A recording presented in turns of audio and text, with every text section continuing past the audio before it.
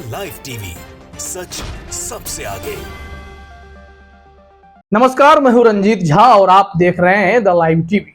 गोदी मीडिया ने अतीक अहमद को दफनाए जाने की रिपोर्टिंग भी खूब बारीकी से किया। कोई भी एंगल मिस ना हो जाए, इसका भी पूरा ध्यान रखा गया।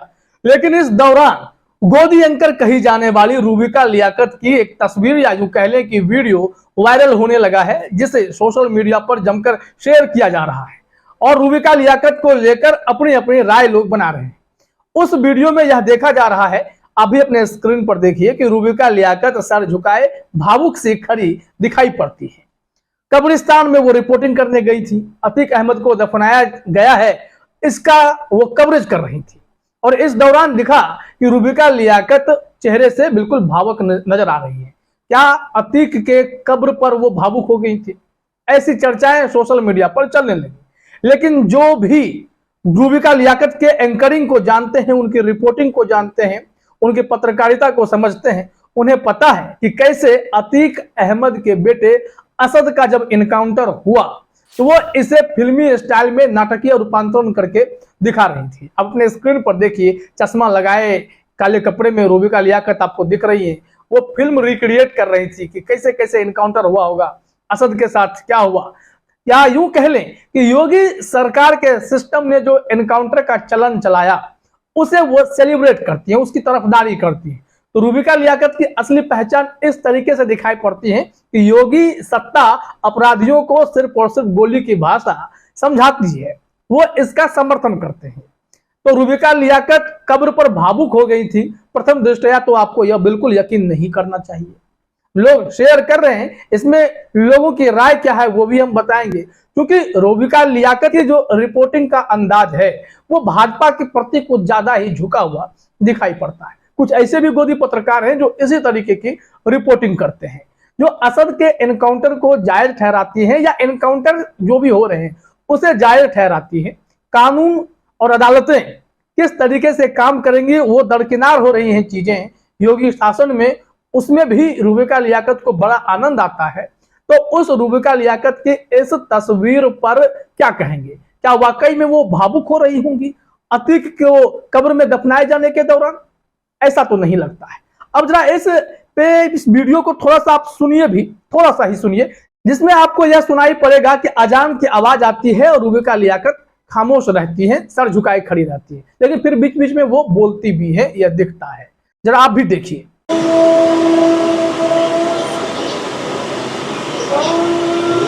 तो देखा आपने, और उसके बाद फिर वो अपना रिपोर्टिंग शुरू कर देती है। इसको लेकर सोशल मीडिया में बहस जारी है कि आखिरकार रूबिका लियाकत वहां खामोश क्यों हो गई, भावुक क्यों हो गई, क्या कारण थे। इसी को विजुअल को शेयर करते हुए दानिश अंजार ने एक ट्वीट किया है।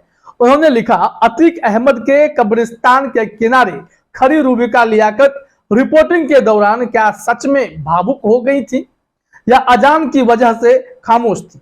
तो एक वजह यह हो सकती है कि अजान की आवाज आ रही थी तो रूबिका लियाकत उस वक्त खामोश हो गई होंगी। कब्रिस्तान में रिपोर्टिंग करने गई थी तो इसका मतलब ये नहीं समझिए कि रूबिका लियाकत को अतीक अहमद के साथ जो भी घटना घटी उसके लिए कोई हमदर्दी हो गई होगी। ऐसा बिल्कुल नहीं है, क्योंकि जब अतीक के बेटे का एनकाउंटर हुआ तो उसे जिस अंदाज में यह खबर को पेश कर रही थी या फिर उनके जो ट्वीट आए थे उसे देखने समझने के बाद तो कोई नहीं कह सकता कि रूबिका लियाकत योगी सरकार के इनकाउंटर स्टाइल या फिर अपराधियों के बुलंद हौसले के खिलाफ है। वो इन सब चीजों को सपोर्ट करती दिखाई पड़ती है। अब ऐसे में कुछ लोगों के कमेंट को भी जानना समझना जरूरी है, क्योंकि इस विजुअल को हमने उठाया है और रूबिका भावुक हो गई, क्या सच में हुई या नहीं हुई, लोगों की राय को भी समझने की जरूरत है। तो जरा देखिए, अपने स्क्रीन पर एक ट्वीट है, मेरा अनुभव। उन्होंने लिखा है, ये क्या भावुक होंगी, इसका इंसाफ तो इस जहां में नहीं होगा, क्योंकि आज ताकत है इसके पास, लेकिन उस जहां में ये आखिरत में सबसे कमजोर होगी, वहां इसका न्याय होगा जो बेहतर न्याय करने वाला है। तो लोगों ने अपने हिसाब से रिएक्शन देने शुरू कर दिए। कई लोगों की राय आई है, कुछ ट्वीट हमने चुनिंदा उठाए हैं जो रूबिका लियाकत के इस अंदाज पर सवाल खड़े कर रहे हैं। वो सहमत नहीं है कि रूबिका लियाकत भावुक हुई होंगी, वो सिर्फ और सिर्फ अजान की वजह से कुछ देर के लिए खामोश हो गई होंगी या सर झुकाए खड़ी होंगी। अतीक के कब्र पर रूबिका भावुक होंगी, ऐसा नहीं है। एक ट्विटर यूजर ने लिखा है कि मोहम्मद जावेद नाम है इनका, कुछ भावुक नहीं हुई है। वो एक दलाल है, दलाल मुसलमानों के मौजूदा हालात की दलाल है। दलाल भावुक नहीं होते हैं। मुझे घृणा आती है ऐसे दलालों से, कौम के दलाल। रूबिका लियाकत को टैग करते हुए मोहम्मद जावेद ने टिप्पणी कर दी।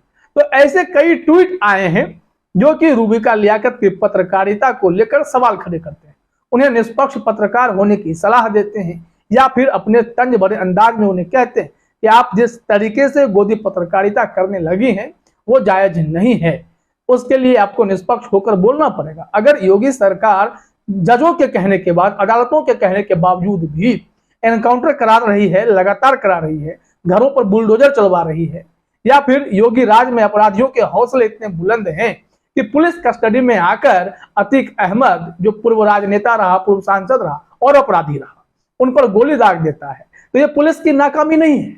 इस पर सवाल तो उठेंगे ना।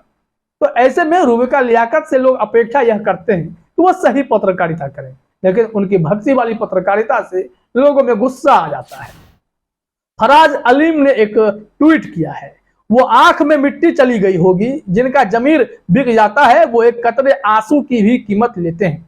बताता चलूं भाईजान, आखिरी बार वो स्टूडियो में रोई थी। एक दो ट्वीट और लेते हैं। द आइज ने लिखा है, ड्रामेबाजी है, मीडिया वाले पूरी तरह से जिम्मेदार हैं सारी हत्याओं के। अगर ये समाज में आग न लगाकर सही से पत्रकारिता करते तो ये दिन ही ना आते। कल से ही रूबिका दलाल फिर चालू हो जाएंगी, द आइज ने लिखा है। और तनवीर जावेद ने जो लिखा है वो भी देख लीजिए। इन्होंने लिखा, एक्टिंग में तो मोदी को फेल कर रखा है इन्होंने, जमीर मर चुका है इनका, खैर अल्लाह इनको हिदायत दे, ये मुल्क की एक वाहिद आवाज बने। तनवीर अहमद ने उन्हें सलाह दी। हमने कहा कि रूबिका लियाकत को लोग सलाह दे रहे हैं कि आप सही स्टाइल की रिपोर्टिंग कीजिए जो उचित है। इस संबंध में हमने एक स्क्रीनशॉट ले रखा था ताकि आपको समझ में आए कि कैसे ये अतीक अहमद के बेटे के एनकाउंटर को जायज ठहराते हुए दिखाई पड़ती हैं। खुद एक तो किसी हीरोइन की स्टाइल में वो वहां पर नाटकीय ढंग से उस घटनाक्रम को अंजाम देकर वीडियो बनवा रही है कि कैसे ये हुआ होगा, और फिर ट्वीट भी करती हैं कि और खेल शुरू हो गया, माफिया का मजहब लाया गया, किसी ने लोकतंत्र की हत्या बताया, नाना करते जुबान पर अतीक का गम भी आ ही गया, लेकिन सनद रहे लोकतंत्र की हत्या तब हुई जब सरेआम माफिया का बेटा, एक वकील, दो पुलिसकर्मियों को गोलियों से छलनी कर रहा था। भाईचारा किसी गुंडा या माफिया की आरती उतारने से नहीं, उसे नेस्तनाबूद करने से कायम होता है।